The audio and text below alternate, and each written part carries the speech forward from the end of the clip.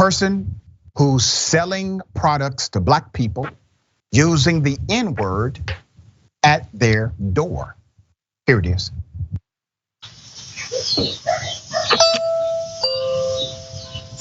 Hello. Yes, sir. Hey, how you doing? Hey, sorry to bother you. I'm Fernando. I work at Peak Energy. We're a few doors down. We're in 1845. Okay. So we do solar around here. We're just coming around talking. Sorry, dude. Neighbors. I apologize, man. No, man, that wasn't even.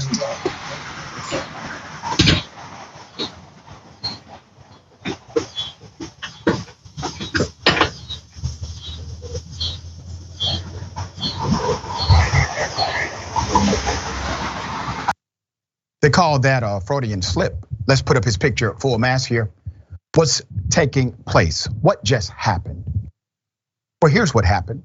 A person who utilizes the N-word so much that when he meant to say neighbor, he says the N-word instead. He's in the community talking to N-words. Oh, I meant neighbors. Now, some people are speculating that what he did was intentional, regardless of it, implicit bias or hyper-aggression bias. Racism is racism. The impact is virtually the same.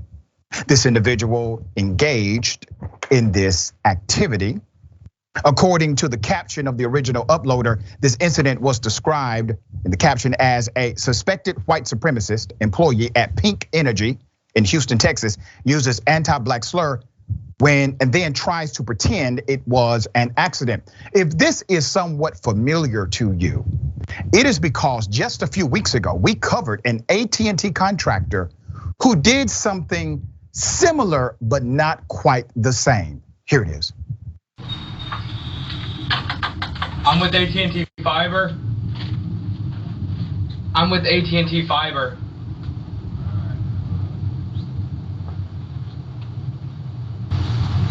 Okay, thanks for being. No, I'm good. I'm just. Yeah, he said, thanks for being an N-word.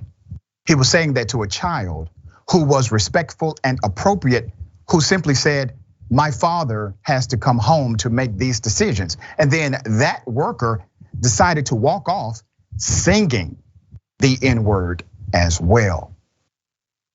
I want to highlight a dynamic here. You realize these individuals are trying to obtain sales from black communities, black people in those homes.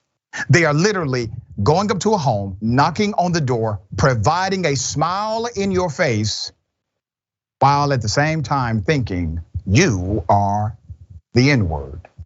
Their bias, prejudice, and racism being evident in their own vocabulary. But this is not a rare occasion, it's actually quite normative. Individuals who will smile in your face, take your money, respect you not. Okay, so we are exposing these elements, salespeople going around having disdain for the same communities that they are trying to get money from and get paid from. Okay, so black people are good enough to pay you money, but they are not good enough to have your respect. That is the message they are sending. Adrian Lawrence, thoughts here? You know, when I saw that video going across social media yesterday afternoon, it was incredibly disheartening that the gentleman would come to that man's door early in the morning, wake him up and serve him racism for breakfast. Like the thought that he is just dropping the N-word, how it was so clearly on the tip of his tongue and he was so comfortable using it. Because never have I ever had an experience where all of a sudden I'm using the N-word as opposed to the word neighbor. I don't even necessarily know how that works. I know they both start with an N and with an R, but still there's a lot in between. And so for that gentleman to have the nerve to come and say that to him and then try to dap him up, apologize, yeah, right, you should just quit now and fix whatever is in your life that is making racism pop out your mouth with the quickness. Yeah, and some people were pushing back on the male who answered the door as to why he did not do more. Just think about the shock of this happening to you. And also, you got a lot of issues. If you're a black male in America, and I know because I am one, There are a lot of issues we deal with, a lot of systemic bias, a lot of direct bias. We deal with these issues every single day. To have somebody knock on your door is almost like, really? That you knocked on my door to say that?